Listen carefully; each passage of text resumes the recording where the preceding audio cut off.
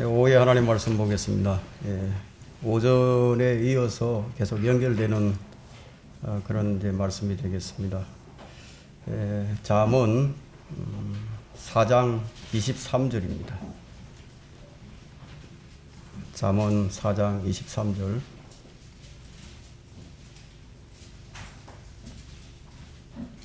제가 이 잠언 4장 23절 말씀을 가지고 한번 얼마 전에 제가 설교를 한 적이 있는 것 같습니다. 뭐 전혀 다른 내용이니까요. 자, 다 찾으셨습니까? 제가 받들어 읽겠습니다. 열심을 다하여 네 마음을 지키라. 이는 삶의 문제들이 거기서 나옵니다. 오늘 이 설교 제목은 이 삶의 문제들을 해결하려면, 이런 제목으로 말씀을 전하도록 하겠습니다. 이 삶의 문제들을 해결하려면 보통 이 말씀은 열심을 다하여 내 마음을 지키라, 이제 이런 제목으로 설교를 많이 하는데요. 그건 이제 제가 소제목으로 이제 전하겠습니다. 인류 최초의 살인이 최초의 가정인 아담의 가정에서 일어났습니다. 같은 부모 밑에서 같은 환경에서 자랐지만 카인은 동생 아벨을 죽였습니다. 성경은 살인의 원인을 뭐라고 말하느냐 하면 요한일서 3장 12절에 나오는데요. 카인과 같이 되지 말라. 그는 악한 자로부터 나왔으며 자기 아우를 살해하였으니 무슨 연고로 그를 죽였겠느냐. 이는 그 자신의 행위는 악하고 그 아우의 행위는 의로웠기 때문이라. 신학자들은 보통 이 살인의 원인이 이제 종교적인 문제라고 말을 하지만 성경은 그 원인을 이제 행위가 악하기 때문이라고 말하고 있습니다. 인간은 이런 이유로 형제를 죽일 수도 있습니다. 이것이 사람이에요. 오래전에 세월호 사고가 있었죠. 학생들이 이제 배를 타고 수학 여행을 가다가 360여 명의 학생들이 이제 물에 빠져 죽었습니다. 그때 사람들이 그것을 보고 하는 말이, 오 하나님, 어찌 이런 일이. 사람들은 사고의 원인을 하나님께 돌리기도 하고, 또 하나님이 계시다면 어찌 이런 일이. 이것이 사람들이 하나님을 생각하는 방식이에요. 하나님을 원망하는 데는 아주 신속합니다. 사람의 심성은 안 변해요. 변하지 않아요. 평소에는 안 그럴 것 같다가도 어떤 문제가 발생하게 되면 자기 본래 마음이 그대로 드러나게 됩니다. 사람은 이 감정과 또 자기 이익에 아주 민감합니다. 사람에 대한 하나님의 평가는 사람의 마음의 상상이 어려서부터 악하다. 이것이 인간의 마음에 대한 하나님의 결론이에요. 마음이 악하다 이게. 우리는 이 마음이라는 이 짧은 단어에서 인생의 모든 문제들을 만날 수가 있습니다. 열심을 다하여 지켜야 할 것이 무엇인가? 우리가 깊은 생각에 잠기게 만들죠.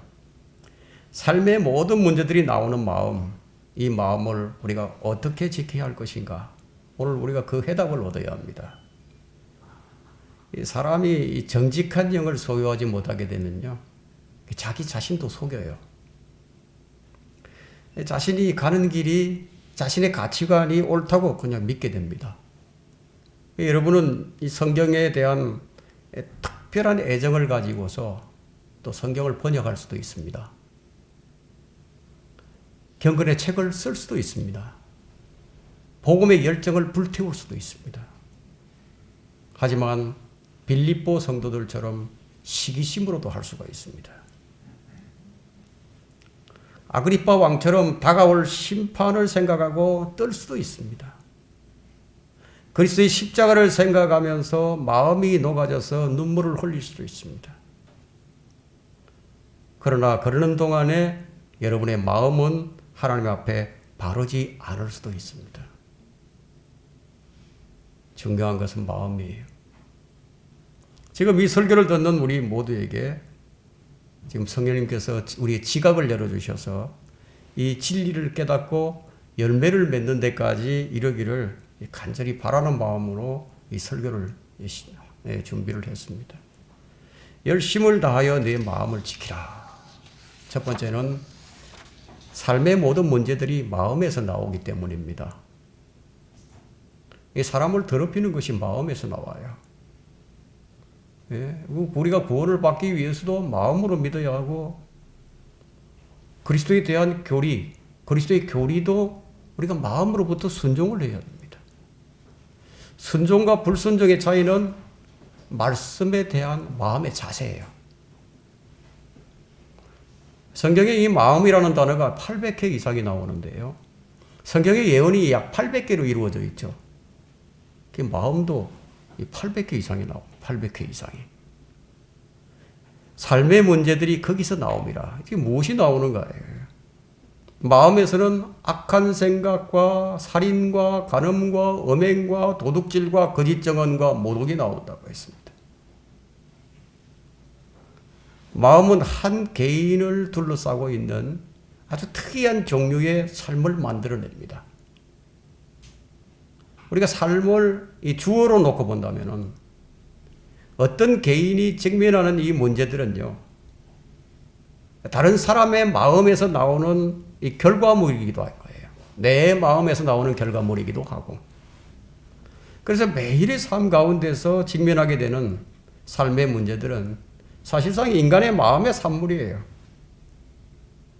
아인슈타인은 과학자답게 아주 통찰력 있는 말을 했는데, 진짜 문제는 윤리나 과학의 문제가 아니라 사람의 마음이라고 했습니다. 우리 삶에는 이제 여러 가지 이 두려움이 엄습해 올 때가 있습니다. 아주 갑작스럽게 두려움이 엄습해 올 때도 있고, 어떤 문제가 일어나서 두려움이 엄습해 올 때도 있습니다.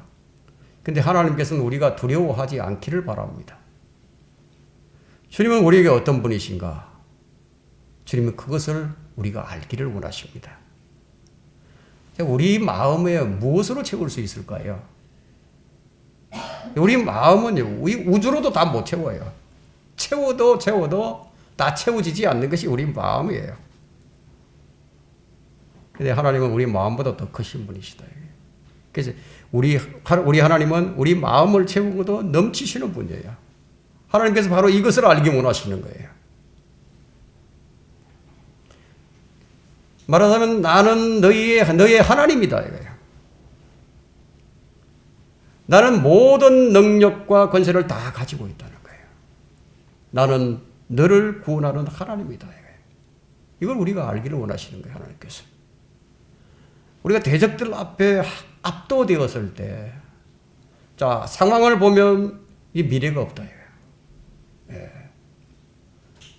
모든 대적들이 나를 둘러싸고 압도되는 것처럼 보일지라도 주님은 내가 너와 함께한다. 내가 너와 함께한다. 여러분 시편 27편 1절에서 3절에 나오는 말씀을 우리에게 주셨는데요. 주는 나의 빛이요 나의 구원이시니 내가 누구를 두려워하리요. 주는 내 생명의 능력이시니 내가 누구를 무서워하리요. 악한 자들 곧 내 원수들과 대적들이 내 살을 먹으려고 내게로 왔다가 걸러 넘어졌도다. 군대가 나를 대적하여 진칠지라도 내 마음은 두려워하지 아니하며 전쟁이 나를 대적하여 일어날지라도 그 가운데 나는 담대하리라. 자, 여러분 듣는 모든 것을, 듣고 있는 모든 것들, 여러분 귀에 들리는 것, 여러분 보는 것, 이 모든 것들을 영적인지 아닌지 어떻게 아시죠? 여러분이 영적으로 얼마나 성장했다고 생각하든지, 얼마나 주님과 친밀하다고 생각하든지, 주 안에서 어떤 기쁨이 있는지 상관없다 이거예요. 가장 경건하고 쓰임받는 사역자일지라도 넘어지는 것이 가능하다는 것을 말씀드리는 거예요. 쉽게 넘어진다 이거 사람은. 죄에서 자유함을 얻고 이스라엘 백성들처럼 축복의 산에 있을 수 있어요. 모든 일들이 다 잘되고 풍요로움 가운데 살 수도 있어요. 실제 하나님께서 이스라엘에게 얼마나 선대하셨습니까? 참 하나님께서는 이스라엘에게 선대해 주셨거든요. 아마 여러분들에게도 그와 같이 선대해 주시고 계실 겁니다. 주님이 이스라엘에게 이렇게 말씀하셨어요. 네가 짓지 않은 집을 내게 주었다 이거예요. 네가 심지 않은 포도원을 내게 주었다는 거예요. 네가 파지 않는 우물을 내가 주었다 이거예요. 그런데 너는 나에게 무심했고 나를 잊어버렸다는 거예요. 너는 네 마음을 지키지 않았다는 겁니다. 예? 이것이 이스라엘에게서만 일어나는 일이 아닙니다. 지금도 하나님의 자녀들 가운데서 실제로 일어나는 일이라는 거예요. 무관심이죠, 무관심. 하나님에 대한 무관심이에요. 이 시대의 교회와 수많은 그리스도인들을 묘사할 때 참 이보다 더 적절한 표현이 또 있을까요? 무관심이에요. 오늘날 교회는 하나님의 영광과 거룩함에 대해서요, 진지함을 거의 찾아볼 수가 없습니다. 오늘날 교회를 딱 한마디로 표현한다면 그냥 무관심. 무엇을 말하고자 하느냐면 핵심에서 벗어났다는 얘기예요. 하나님의 경외하는 경외심이 없어져 버렸습니다. 그저 하나님은 좋으신 분이다. 무엇이든지 다 받아주시는 분. 참 편리하지요. 하나님 참 편리합니다. 예? 그저 좋으신 분이에요. 자신의 생각들을 버리고 내게로 돌아오라고 말씀을 하셨는데, 근데 돌아오긴 돌아왔는데 자신의 생각들은 버리지 아니하고 주님께로 돌아왔다. 이게. 좀 더 강력한 표현을 써볼까요? 여러분이 얼마나 거룩한지, 얼마나 의로운지 상관이 없어요.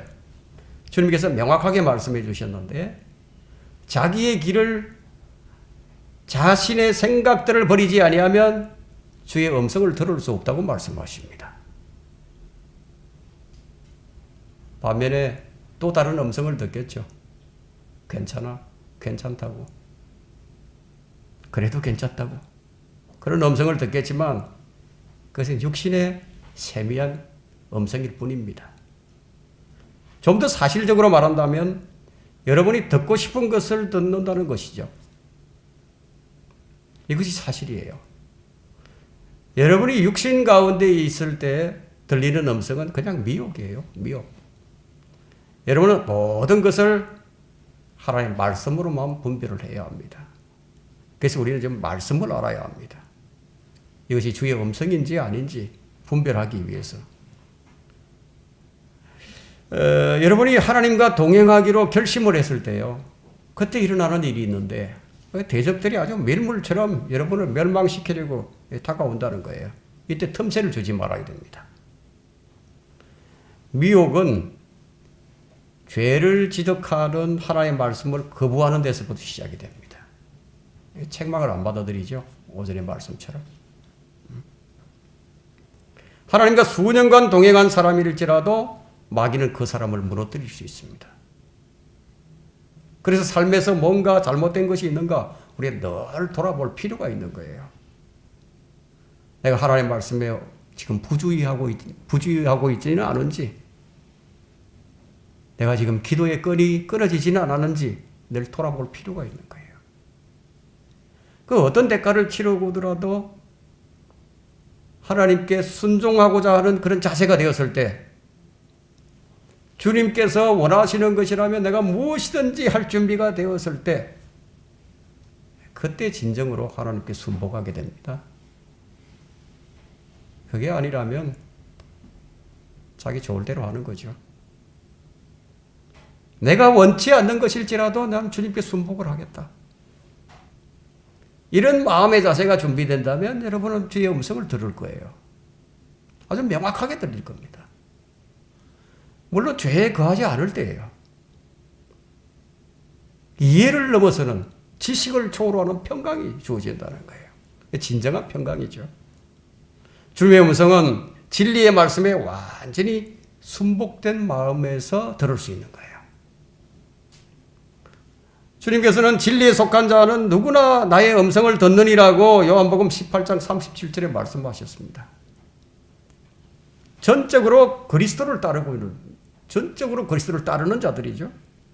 그런 사람은 주님 한 번만으로 그냥 만족하는, 이 주님이 자신에게 전부가 되어 있는 사람이에요. 주님 앞에 숨긴 것이 하나도 없어요. 낱낱이 다 구한다 이거예요. 무엇이든지 그냥 다 하나님께로 가져가는 거예요. 그 위선과 가식이 없어요. 주님은 신실하시고 또 용서하시는 분이신데, 온전하게 또 정결케 해주시는 분이신데, 자, 주님을 존귀 여기는 자를 주님께서도 존귀 여겨 주십니다. 우리가 주의 음성을 듣고 주님을 따를 때 우리는 푸른 초장 잔잔한 물가로 인도함을 받게 됩니다. 여러분은 간혹 원치 않는 일을 할 경우가 있을 겁니다. 내가 원치 않는 일, 어쩔 수 없이. 그것은 내 속에 거하는 죄의 법이 나를 사로잡아 갔기 때문이에요. 어쩔 수 없었다고 핑계를 댈 수도 있겠지만 그것이 마음의 문제입니다. 그래서 성경은 열심을 다하여 네 마음을 지키라 해요. 열심을 다하여 내 마음을 지키라 해요. 세상 문제는 세상에 있지 않아요. 사회 문제도 사회에 있는 게 아니에요. 가정의 문제도 그 가정에 있는 게 아닙니다. 모든 삶의 문제는 사람 마음속에 있어요. 미움이 어디서 나옵니까? 갈등이 어디서 나옵니까? 다툼이 어디서 나옵니까? 성경이 정확하게 말씀해 주죠. 야고보서 4장 1절에 너희 중에 싸움과 다툼이 어디로부터 오느냐? 너희 지체들 속에서 싸우고 있는 너희 정욕들로부터 나오는 것이 아니냐. 정욕으로 나온다. 정욕부터. 우리 속에 있는 정욕들이 밖으로 튀어나오는 거죠. 그 정욕들이 튀어나오면 그 주먹으로 나오면 주먹질이 되는 거고요. 그 입으로 나오게 되면 그냥 욕설이 되는 거고. 여러분, 부부 싸움을 왜 합니까? 성격 차이인가요? 근본 원인은 성격 차이가 아니에요. 그 마음속에 있는 정욕들로부터 나오는 겁니다. 인간이 지켜야 할 최우선의 과제가 뭐냐? 마음을 지키는, 자기 마음을 지키는 겁니다. 그 마음을 못 지키면 마음이 타락을 합니다. 부패해버리죠.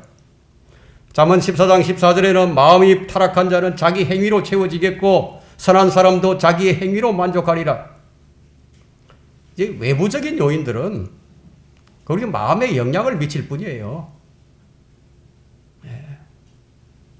마음을 결정하는 것은 언제나 자기 자신이에요. 그것이 유혹이 되었든 아니면 미혹이 되었든 역시 마음의 문제다. 여러분, 죄가 어디에 새겨지는지 아십니까? 죄가 어딘가에 새겨져요. 우리가 계시록 20장에 보면은 책들이 펴져 있죠. 그 책에 기록이 되어 있죠. 거기만 써지는 것이 아니라 또 써지는 곳이 있는데, 여러분 예레미야 17장을 한번 펼쳐보십시오.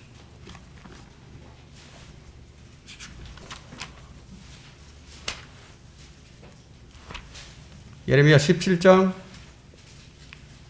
이 1절과 2절을 한번 보겠습니다. 이거에 어떻게 새겨지느냐 하면요. 뭐 그냥 지워지는, 그냥 쉽게 지워지는 것으로 써지는 게 아니라, 한번 보세요. 유다의 죄는 철필과 금강석 끝으로 기록되었고, 그들의 마음판과 너희의 제단들의 뿔들에 새겨졌으며, 그들의 자녀들은 높은 산들, 푸른 나무들 곁에 있는 그들의 제단들과 아세다들을 기억하는도다. 자, 마음판이에요, 마음판. 그 좋은 일이 되었든 나쁜 일이 되었든 일단 마음판에 한번 딱 새겨지면 이게 안 지워진다는 거예요. 뭐 머리에 기록된 것은 쉽게 지워져 버리지만 이 마음판에 한번 새겨진 것은 이게 안 지워집니다.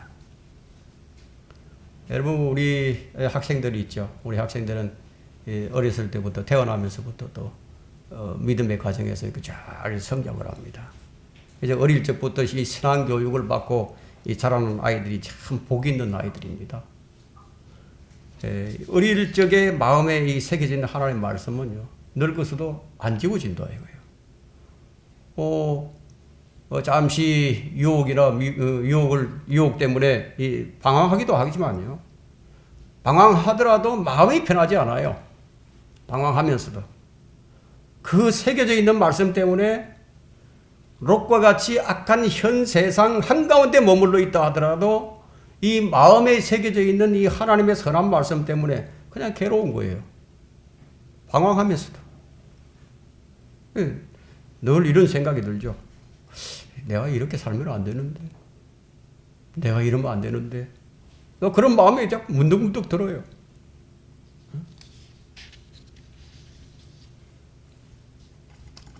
자, 열심을 다하여 네 마음을 지키라. 하나님께서 우리 마음을 아십니다. 인간의 마음을 살펴보시죠. 잘 지키는지 못 지키는지. 그리고 인간의 마음의 동기도 판단을 하십니다. 마음이 너무 중요하기 때문에 여러분 첫째 되고 가장 큰 계명인 사랑도요. 하나님을 사랑하는 것도 이거 마음에서부터 시작이 됩니다. 그래서 너는 네 마음을 다하고 마음부터 나와요. 네 마음을 다하고 혼을 다하고 생각을 다하여 주 너희 하나님을 사랑하라. 그 마음이 가장 먼저예요. 이 삶의 문제들이란 이 대통령의 정치 연설이나 이 평화 협상 테이블에서 결정되는 것이 아닙니다.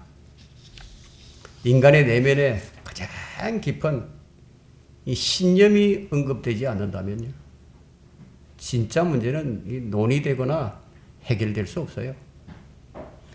자유를 위한 전쟁이 실제로는 소수의 기득권층의 이익을 위한 것이에요. 인간의 가장 깊은 곳에 자리 잡은 이 종교적 신념과 개인적인 감정은 모두가 다 마음의 문제들입니다. 이 마음의 문제들이 좀 위장되어 있고 은폐되어 있어서 진짜 문제가 명백하게 드러나지 않게 됩니다. 삶의 문제들에 대한 학자들의 주장은 어떻습니까? 경제나 또 교육이나 또 사람의 이 생리작용이나 아니면 유전적인 이 환경을 들고 나오지만요. 그들이 내놓는 저서들을 한번 보세요. 그들이 내놓는 논문이 또 보고서들은 단순히 그들 자신의 이 방어 기제로 그들의 마음의 타락을 은폐시키기 위해서 고안된 것들 뿐입니다. 언제나 학자들은 틀립니다. 그렇다면 인간이 마음을 지키지 못하게 되면 어떻게 되느냐 이거예요. 인간이 산산조각이 나버리고 맙니다. 그의 가족도 그의 이웃도 다 산산조각이 나는 거예요. 그의 마을도 산산조각이 나고 결국에는 나라와 세상도 다 산산조각이 나버립니다. 여러분 신실한 그리스도인이라면 아마 속지 않을 거예요. 자기 자신에게도 안 속을 겁니다. 학자들은 진짜처럼 말하지만 사실은 진리가 아닌 아주 미묘한 형태의 왜곡을 말할 뿐입니다. 실제적인 면에서 열심히 마음을 지키지 못하게 되면 그 입에서 나오는 것은 진리를 왜곡한 말을 하게 되고 과장을 하게 되고 사실은 그렇지 않은 것을 넌지시 그렇다는 듯이 암시를 하게 됩니다. 그리고 시선을 자신에게로 집중시키죠. 다른 사람을 아첨하고 또 비방하고 아주 거짓을 주입시키면서 자기 편으로 편가름을 합니다. 여러분 인간이 자신의 마음을 지킬 수 있다면 이 삶의 문제들이 아마 일어나지 않을 겁니다. 여러분 모두가 다 자신의 마음을 지킨다면 삶의 문제들이 마음에서 나오니까 아무 일도 일어나지 않겠죠. 열심을 다하여 내 마음을 지키라. 두 번째는 마음을 지키려 최선을 다하지만 인간이 지킬 수 없는 것이 마음이에요. 참 모순입니다. 아무리 마음을 지키려 하지만 인간이 지킬 수 없는 게 사람의 마음이다. 우리가 사는 세상은 문제투성입니다. 매일 사건과 사고가 끊이질 않아요. 거기에다가 지금 자연재해까지 덮치고 있죠. 질병도 덮치고요. 갈라디아서 1장 4절에 이 세상을 악한 현 세상이라고 했는데 그 이유는 이 세상이 악함 속에 놓여 있기 때문이에요. 요한일서 5장 19절에 온 세상이 악함 속에 놓여 있기 때문이라고. 이렇게 악한 현 세상에 우리가 사는데 근데 이 세상이 문제가 아니다는 거예요. 그렇다고 마귀에게만 문제가 있는 것도 아니라는 거예요. 물론 우리는 여기저기 다른 핑계를 대면서 누구 때문이다 쉽게 말하겠지만요. 우리 인간이 이 부분에 있어서 입도 뻥끗하지 못하도록 하나님께서 만드실 거예요. 마귀와 사탄들을 다 가둬버리고 악인들 다 썰어버리고 천연왕국으로 들어갔다. 거기서 죄를 지어요? 무슨 변명이 필요합니까? 입도 뻥끗 못하게 만드실 거라고. 자, 문제의 원인을 정확히 알지 못하면 정확한 해결책은 없습니다. 세상에는 많은 문제들이 있지만 그 문제들에 대한 해결책을 세상에서 찾을 수가 없다는 거예요. 그것이 국가의 문제든 빈곤의 문제든 무슨 문제든지 간에 그 문제의 해결책은 세상에 있지 않습니다. 문제의 원인이 세상에 있다고 생각하는 그 자체가 잘못된 생각이죠. 이 세상이 죄악의 세상이지만 삶의 문제는 사람 안에 있지 사람 밖에 있는 것이 아닙니다. 정권이 바뀌고 또 법과 제도를 바꾸게 되면 사회 문제가 해결될 것처럼 이제 생각이 됩니다. 정치가 바뀌어서 여러분 세상이 좋은 세상이 된 적이 있었습니까? 유토피아가 됩니까? 모두가 거짓말이죠. 문제가 정치에 있지 않다는 거예요. 문제가 있는 사람들은 그 문제들이 신속하게 처리되기를 바라고 있지만 그 문제 해결책은 어디에 있는지 전혀 감도 못 잡고 있습니다. 어떤 사람은요, 행복한 가정을 원하지만 그런데 그 가정이 불행의 원인이 되기도 합니다. 가정이 내 삶의 갈등과 불행의 대상이 될 수 있다는 거예요. 어떤 사람은 성공을 위해서 배움에 터진 학교에서 인생을 망쳐버리기도 합니다. 어떤 사람은 어렵게 도전하고 또 도전해서 구한 직장인데 근데 그 직장이 그만 아주 극심한 고통을 주고 그 사람을 죽음으로 내모는 경우도 더러 생기는 거예요. 어떤 사람은 교회가 문제가 되기도 합니다. 왜 그런가 하면 사람의 문제는 밖에 있는 것이 아니라는 거예요. 언제나 마음속에 있습니다. 여러분이 동의하든지 동의하지 않든지 이것이 성경에 기록되어 있는 사실입니다. 삶의 모든 문제는 사람의 마음속에서 나오기 때문에 마음의 근원을 먼저 해결해야만 합니다.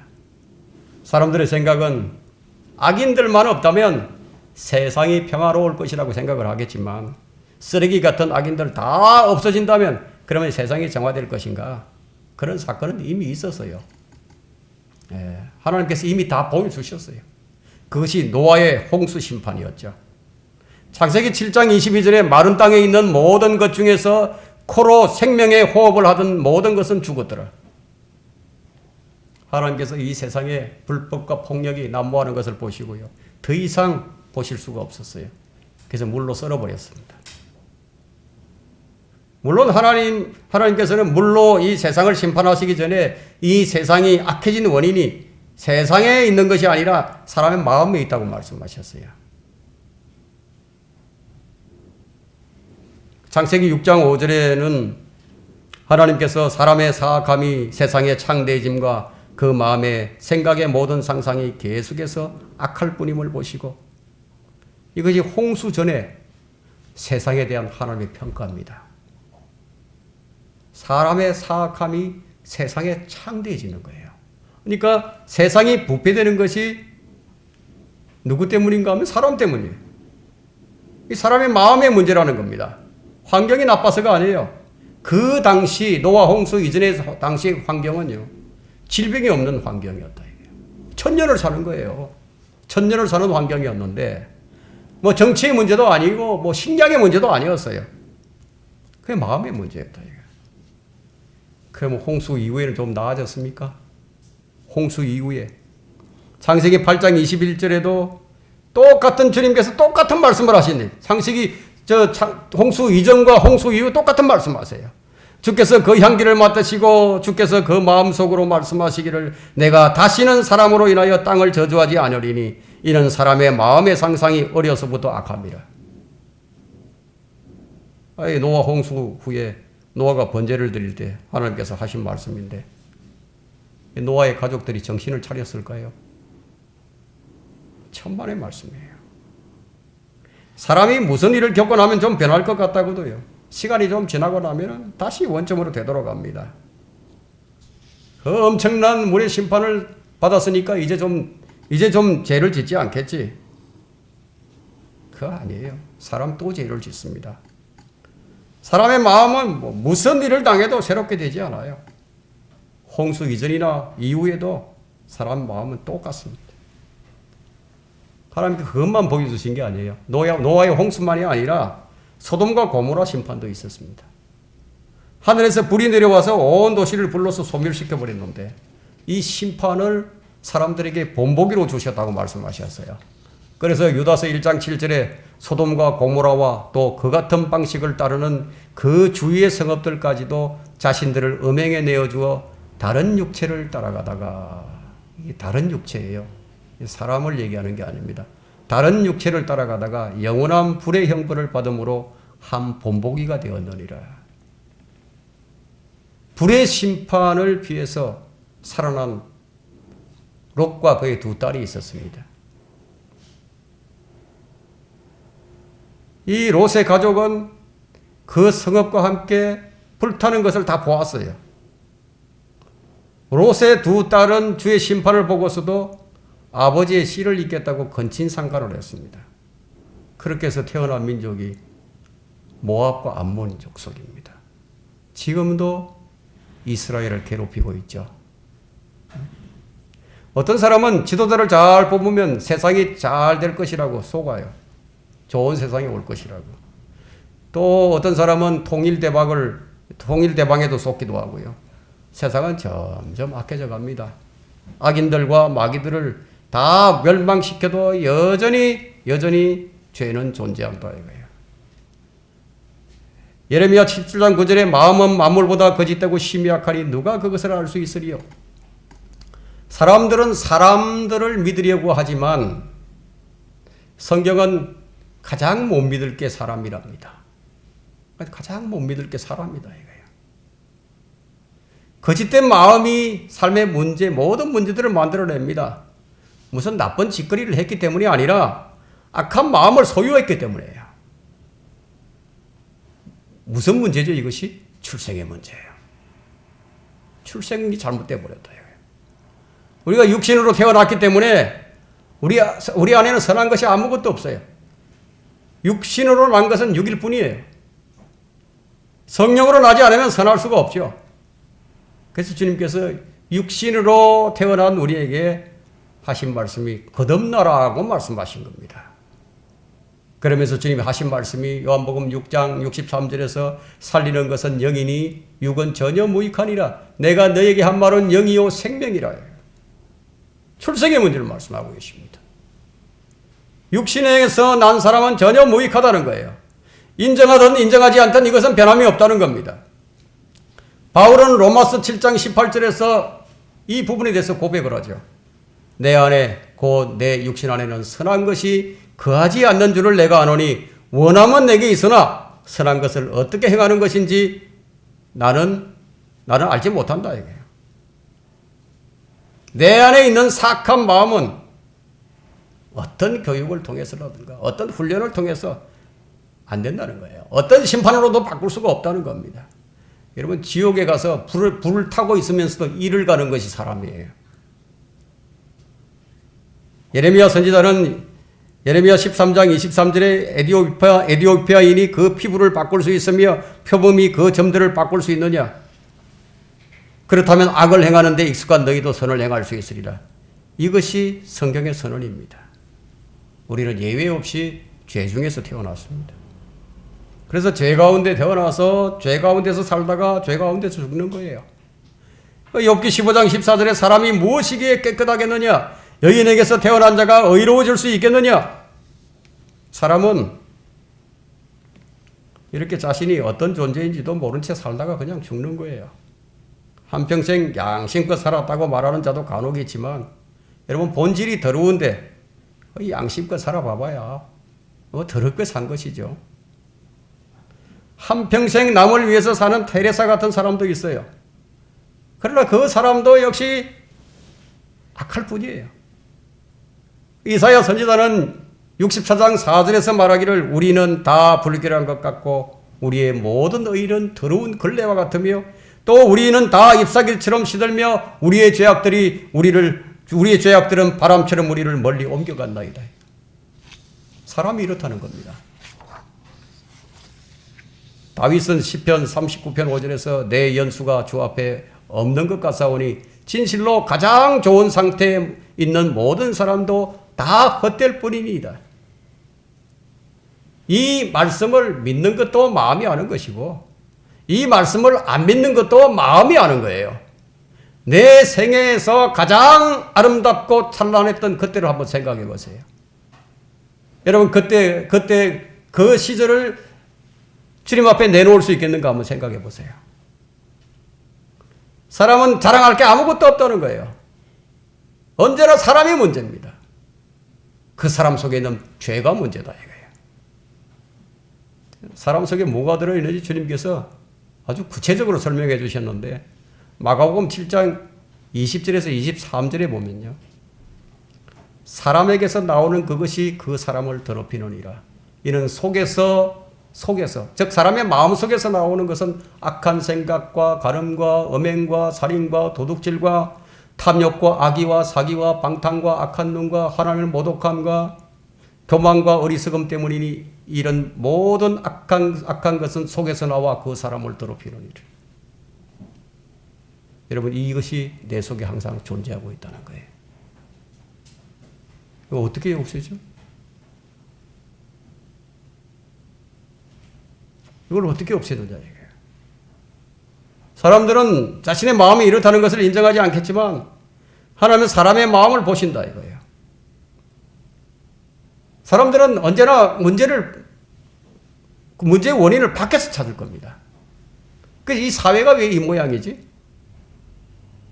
왜 하필이면 내가 이런 가정에서 태어나서 이런 말을 종종 듣곤 하죠. 그죠? 이렇게 말할 수 있어요. 왜냐하면 이것이 본성이니까. 우리 본성은 문제는 내 안에 있다는 것을 인정하지 않아요. 그 주님께로 돌아오기가 힘든 거예요. 이것 때문에. 악인은 자기의 길을 버리고 돌아오라고 했는데 불의한 자는 자기 생각들을 버리고 돌아오라고 했는데 이것 때문에 못 돌아오는 거예요. 인정하지 않는다 이거예요. 악한 마음에서 악한 행동이 나오는 겁니다. 더러운 생각을 하게 되면 그 사람 더러운 사람이에요. 잠언 23장 7절에는 이는 그가 마음에 생각하는 대로 그도 그러한즉 마음의 생각이 그 사람을 결정해 버립니다. 우리 마음의 생각이 그러하다면 이 문제를 해결할 방법이 어디 있느냐예요. 우리 안에 전혀 없다는 거예요. 세상에도 그 방법이 없어요. 사람이 알든 모르든 한 번 죽는 것은 정해져 있는 것이고 그 후에 심판이 있다는 거죠. 그 답은 세상에 없어요. 문제의 해결은 우리에게 있는 것이 아니라 하나님께 있다 이거예요. 하나님께서는 지금 왜 이런 말씀을 주시는 것인가 하는 거예요. 왜 이런 말씀을 자꾸만 주시죠? 너를 발견하고 하나님을 발견하라는 거예요. 이걸 발견 못하면 해결이 안 돼요. 열심을 다하여 내 마음을 지키라. 세 번째, 마음을 지키려면 문제의 근원부터 먼저 해결을 해야 합니다. 주님께는 어려워서 못할 일이 없으신 분이십니다. 창세기 18장 14절에 주께 너무 어려워서 못할 일이 있겠느냐.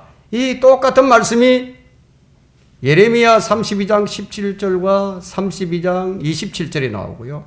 마태복음 19장 26절에 나오고 누가복음 1장 37절에 또 나옵니다. 자, 주님은 우리가 이것을 알기를 원하시는데, 여러분, 이런 일이 논리적으로 가능한 일인가요? 어려워서 못할 일이 없다, 이거. 그 인간에게는 불가능한 것들이 너무너무 많은데, 성경은 쉽고 명확하게 아주 명백하게 답을 줍니다. 하나님께는 불가능이 없다, 이거예요. 모든 문제는 우리 마음에 있기 때문에 하나님께서는 우리 마음을 새롭게 하시고 깨끗하게 하시는 일을 하셨어요. 그 일을 하신 거예요. 우리가 구원받을 때 이런 일이 일어나 버렸어요. 여러분 구원받고 난 후에 시력이 나쁜 사람이 여전히 시력이 안 좋아요. 우리 몸에 어떤 일이 일어나는 게 아닙니다. 여러분이 예수 그리스도를 믿는 그 순간에요. 여러분 몸에 어떤 변화가 일어난 게 아니에요. 안경 쓰는 사람은 그냥 안경 써야 되고요. 예? 위장병 앓는 사람은 그냥 위장병 앓아요.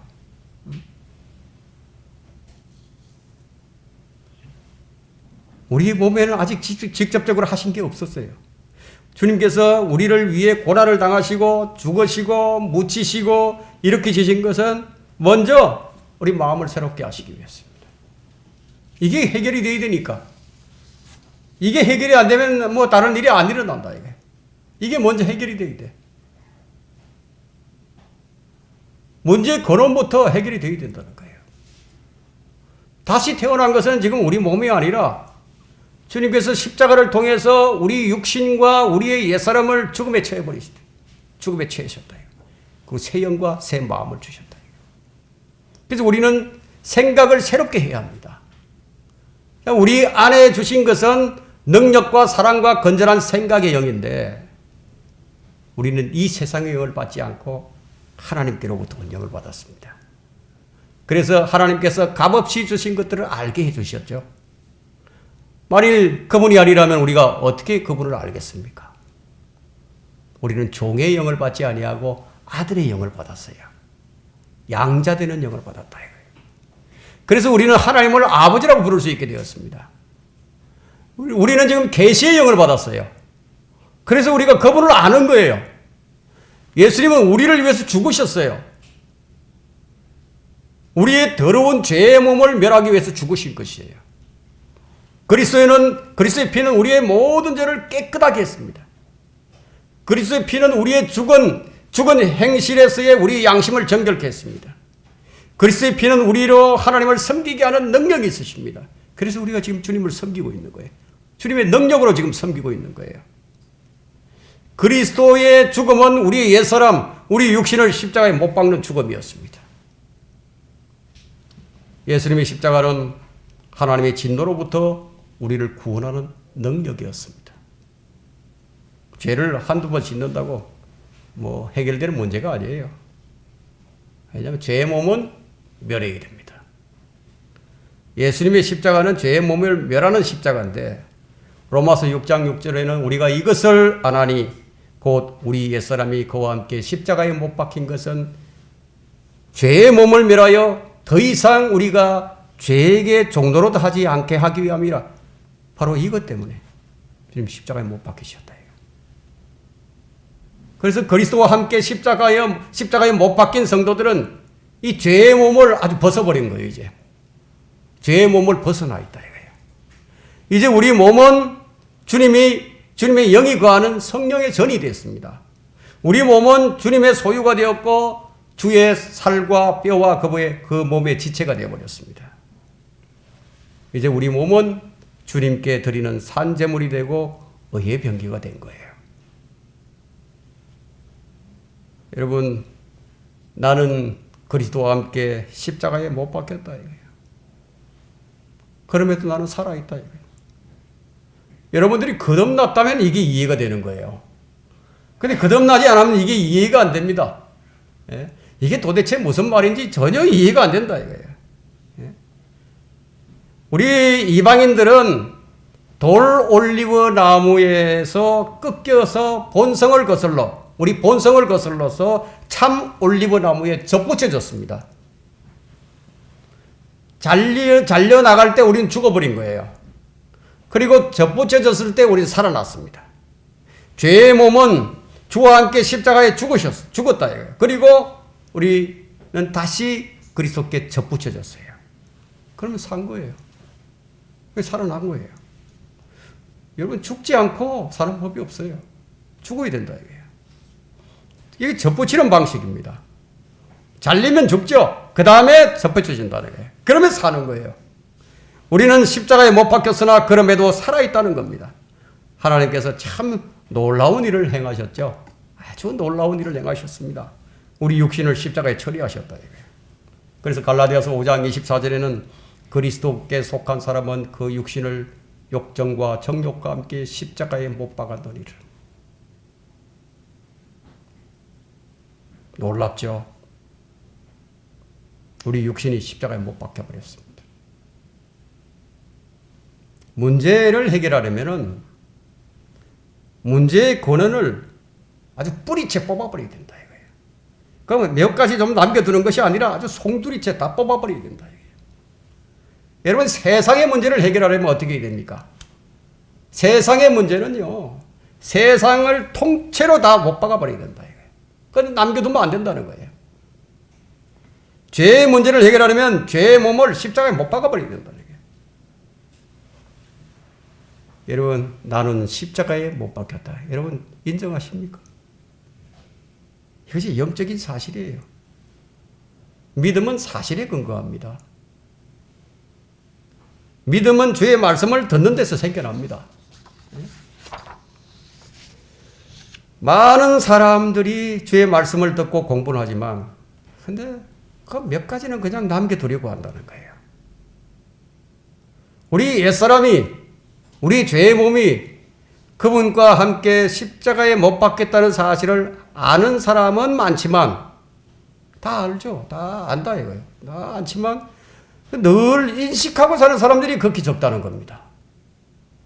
늘 인식하고 살아야 되는데 이 말씀은 신실하도다. 우리가 그와 함께 죽었으면 또한 그와 함께 살리라. 신실한 말씀입니다. 우리는 출생에 문제가 있었는데 이것을 주님께서 십자가를 통해서 해결하신 거예요. 나의 죄의 몸이 처리되었습니다. 그리스도의 십자가를 통하지 않고는 이것이 해결이 되지 않습니다. 골로새서 2장 11절과 12절에는 또한 너희가 또한 그의 안에서 손으로 하지 않은 할례를 받았으니 곧 그리스도의 할례로 육신의 죄들의 몸을 벗어버린 것이라. 너희가 침례로 그와 함께 장사되었고 또 하나님께서 그를 죽은 자들로부터 살리신 역사를 믿음으로 말미암아 너희도 그와 함께 살아났느니라. 죄를 제거하는데 죽음보다 더 확실한 방법이 없습니다. 지금까지 우리의 마음은 불의의 병기고였죠. 그러나 이제 우리는 죄에게 죽은 자가 되었고 죄로부터 자유롭게 됐어요. 죄에게 죽은 자는 죄로부터 자유롭습니다. 나는 그리스도와 함께 죽었다. 이 말씀이 마음판에 딱 새겨지는 그 순간부터 자유예요. 자유.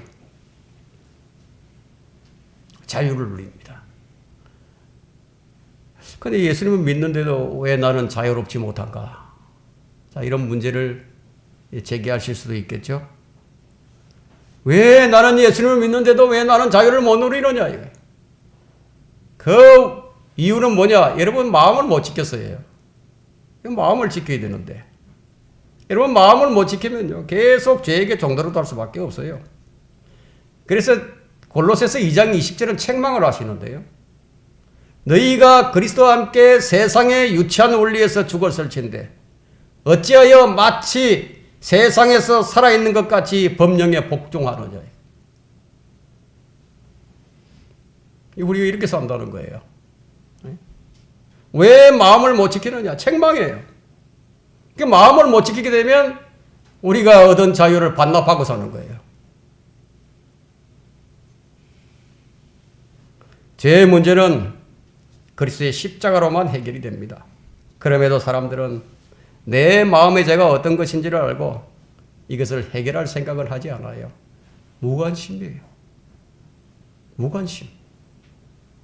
어떤 다른 방식으로 자신을 변화시키려 하겠지만 진리를 깨닫게 되면 그런 어리석은 짓은 하지 않습니다. 여러분은 자신이 그리스도와 함께 십자가에 못 박혔다는 사실을 믿을 것입니다. 그러면 그분의 죽음을 여러분들은 헛되이 하지 않을 것입니다. 예수님의 죽음은 예수님을 믿는 모든 사람의 죽음이에요. 예수님의 묻힘은 예수님을 믿는 모든 사람의 묻힘이에요. 이 말씀은 어렵지 않아요. 논리적이잖아요. 다만 믿기가 어렵죠. 예수님께서 우리를 위해 하신 일은 법적으로도 영적으로도 영향을 미칩니다. 예수님이 하신 일이 나와 무슨 상관이 있느냐? 뭐 그렇게 생각했다면 방법이 없어요. 그러니까 방법 없는 거예요. 예수님이 죽으신 것은 내가 죽은 것이다. 그래서 함께 죽었다고 말하는 거예요. 내가 죽었다. 이거. 그 나는 새롭게 사는 거예요. 새 생명이다. 이거예요. 이 예생명 가지고 살면 안 된다는 거예요. 계속 예생명 가지고 살려고 애를 쓰죠. 그래서 아둥바둥 삽니다. 자유가 없죠. 이제 우리는 살든지 죽든지 주의 것이라. 이 일을 위하여 그리스도께서 죽으시고 일어나사 다시 사셨으니 이는 죽은 자들과 산 자들의 주가 되려 하심이라. 로마서 14장 8절과 9절 말씀입니다. 이 목적으로 주님은 우리를 위해서 죽으셨습니다. 왜 우리를 살려 놓으신가요? 단순하게 구원받게 하기 위해서 이렇게 하셨을까요? 그리스도께서 우리를 위해 죽으시면요, 우리가 깨든지 자든지 주와 함께 살게 하려고, 주와 함께 살게 하려고, 오늘 함께 사는 거예요. 내 마음에 계시잖아요. 지금 우리가 영적으로 함께 살죠. 앞으로 실제로 함께 산다. 누구라도 이 말씀을 헛되이 받지 않게 되면 그 마음은 자유를 누립니다. 자유함이 있는 거예요. 그리고 죄의 본질이나 죄의 유혹이나 죄의 사슬로부터 완전히 자유롭게 되는 거예요. 참 안타깝죠. 여러분 주위에 이런 자유를 누리지 못하는 그런 형제 자매가 있으면 아마 안타까울 겁니다. 좀 이해를 좀 시켰으면 좋겠는데 이해를 못한다 이거예요. 이제 새 생명을 얻었고 영과 마음이 새롭게 되었습니다. 양심이 정결하게 된 것이죠. 이제 이 마음을 지키면, 이 마음을 내가 지킨다면 내 안에서 사악한 것들이 안 나온다는 거예요. 내 안에 사악한 것들이 안 나온다 이거예요. 거기 뭐가 나옵니까? 생수가 나온다. 내 마음을 지키면 그렇다. 우리 안에 거하시는 그분의 생명의 능력이 우리에게서 나오게 됩니다. 주님은 우리 마음을 깨끗하게 하시고 평안으로 우리를 다스려 주십니다. 그러나 우리 안에는요, 진리의 성령이 계십니다. 영광의 소망이신 그리스도가 계십니다. 이것이 신비예요, 신비. 전에는 우리 안에 사악한 것들이 나왔는데 이제는 진리의 말씀이 내 입을 통해서 나오고 있다. 내 입술이 진실한 입술이 된 거예요. 옛날에는 거짓말하는 혀였는데, 거짓말하는 입술이었는데 이제 진실한 입술이 됐어요. 누구 때문이에요? 우리 구주 예수 그리스도 때문이다. 그 생각하면 생각할수록 감사하죠. 생각하면 생각할수록 그분의 은혜가 넘치죠. 그 깊이 생각하면요, 이 상황, 내가 지금 당면하고 있는 상황을 초월하게 됩니다. 그래서 주님께서 깊이 생각하라고 말씀하신 거예요.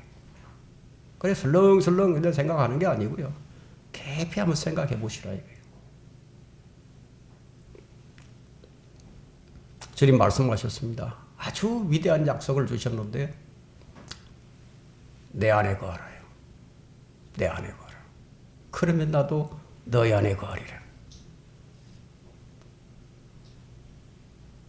우리가 주님 안에 거하기만 한다면, 주님이 우리 안에 거하신다면 주께서 우리를 통해서 자신을 드러내시겠죠. 그것이 성령의 열매입니다. 그것이 그리스도인의 삶이고 우리가 깨어있든지 자든지 주님이 우리와 함께 사는 것. 이제 마음을 지켜야 된다. 마음을 새롭게 하는 방법이 무엇입니까? 예수 그리스도를 알고 그분께 행하신 일들을 믿는 것이에요. 그 다음에는 우리는 생각을 자꾸 새롭게 해야 되는 거예요. 그분을 생각하면서. 말씀의 결론을 맺겠습니다. 주님은 우리를 새롭게 하시려고 성경대로 죽으시고 장사되셨다가 성경대로 셋째 날에 살아나셨습니다. 우리 죄의 몸을 처리하기 위해서 죽으셨고 우리를 살리기 위해서 살아나셨어요. 주님이 하신 일이 내게 직접적인 적용이 되려면 내가 주님을 받아들이고 그 일을 내 마음에 믿을 때 그 일이 내 안에서 이제 일어난다. 일어났다. 이게 안 일어나면 소용없어요. 그렇게 되었다면 더 이상 죄의 법에 휘둘리지 않게 된다는 거예요. 왜? 죄에 대해서는 죽은 자이기 때문에. 죽은 자는 죄로부터 자유로운 거예요. 우리가 육신을 입고 이 땅에 사는 목적은 주님이 어떤 분이신지 우리의 말로 우리의 행위로 드러내는 거예요. 우리는 육신에 남은 때를 얼마 더 살는지 모르지만 우리는 바로 그것을 위해서 사는 거예요. 그렇지 않다면 가치가 없는 삶입니다. 지금부터 우리는 어떻게 살아야 되느냐? 죄로부터 완전히 해방된 새로운 삶을 살면 됩니다. 문제는 밖에 있지 않아요. 문제는 내 안에 있습니다. 그러나 내가 내 마음을 지킬 수가 없어요.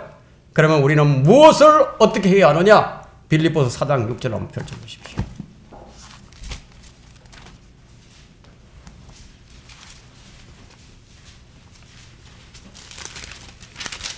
우리가 어떻게 해야 되는지 성경은 답을 주십니다.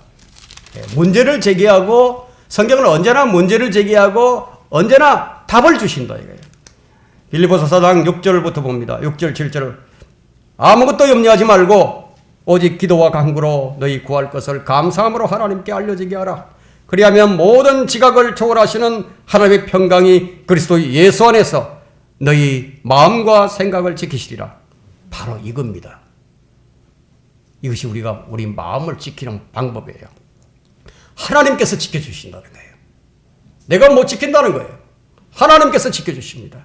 주님께서 내 마음과 내 생각을 지켜주시기를 우리는 기도와 간구를 구하고 성령으로 충만하도록 이 시간을 우리가 함께 구하고 변화받는 그런 시간이 되어야 할 것입니다. 예, 설교를 마쳤습니다.